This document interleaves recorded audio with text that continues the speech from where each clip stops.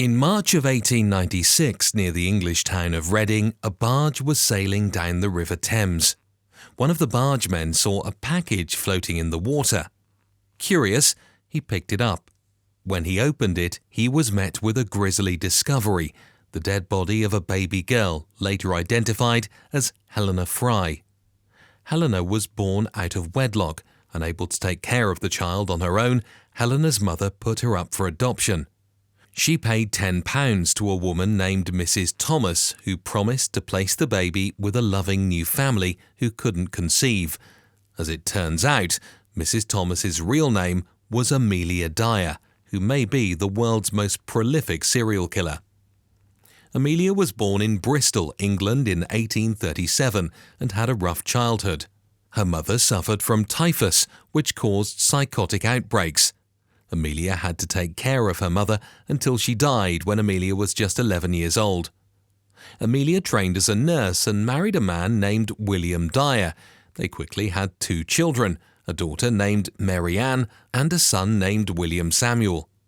Shortly after the birth of the 2 children, William died, leaving Amelia to raise both of them by herself. This was a difficult task on her modest nursing salary.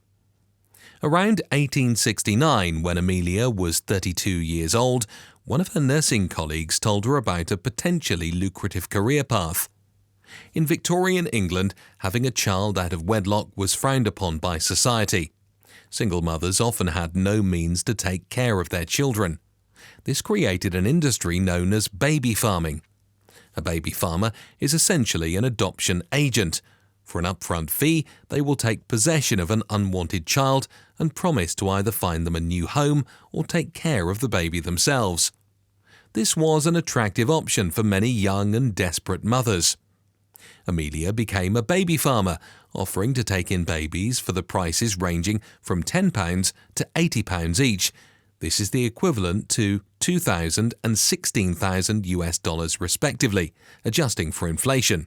Higher fees were charged to wealthy families looking to discreetly get rid of children who resulted from affairs. While the cash payments were lucrative, Amelia quickly found it was very difficult to find parents willing to adopt these babies. Unable to find adoptive families, her house soon became filled with numerous babies that she was responsible to care for. The expense of feeding them quickly ran through the money she received to take them. The business was not profitable. In an effort to cut costs, she progressively reduced the amount of food she gave to the babies. She would also feed them opium-laced drinks to intoxicate them and prevent them from crying. This caused the babies to die either from overdoses or starvation. She would take the dead baby to a local doctor to pronounce them dead. She claimed the babies died of natural causes. At the time, infant mortality was high, so it didn't seem too unreasonable. In 1879, when Amelia was 42 years old and about 10 years after she began baby farming, one of the doctors grew suspicious. While he dealt with many infant fatalities, the sheer number of babies Amelia was bringing to him was unnatural. He reported this to the police, who arrested Amelia and charged her with neglect. There was no suspicion that she intentionally killed the babies. She just failed to provide them with reasonable care. She was sentenced to 6 months at a hard labour camp, which was a common punishment in England at the time. The time at the labour camp took a severe toll on Amelia's mental health. Upon her release, she tried to go back to her old job as a nurse, but she began drinking alcohol and opium-infused drinks to deal with her mental health issues. Her almost constant intoxication made it impossible to adequately perform her day job. She wanted to begin baby farming again, but she was already on the radar of the Bristol police. If she went back to her old ways, they would almost certainly catch her again. So she changed her name and moved to a new city, Cardiff. She took her 2 children, Mary Ann and William Samuel, with her.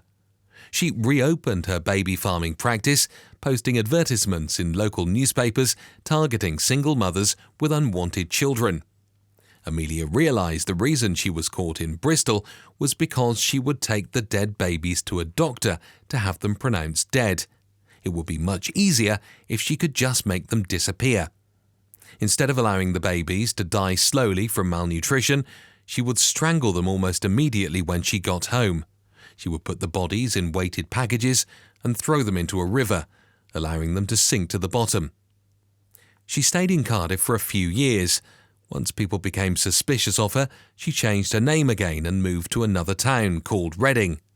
This is where Amelia's reign of terror would end. On March 30th, 1896, a bargeman saw a small package floating on the River Thames. The package was weighted, but the weight was not heavy enough, allowing it to float to the top. In the package was the body of a baby named Helena Fry.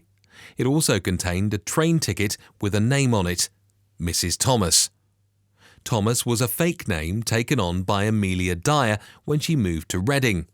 When police showed up to Amelia's home, they found the same edging tape that was used to strangle the babies. They also found receipts for newspaper advertisements and letters from mothers inquiring about the well-being of their children. Amelia was charged with murder and executed by hanging within a few months. The police dredged the bottom of the Thames River and found 6 more babies, with strangulation injuries matching Amelia's method of killing. However, it is estimated that she killed over 400 babies over the 25-year span of her baby farming career.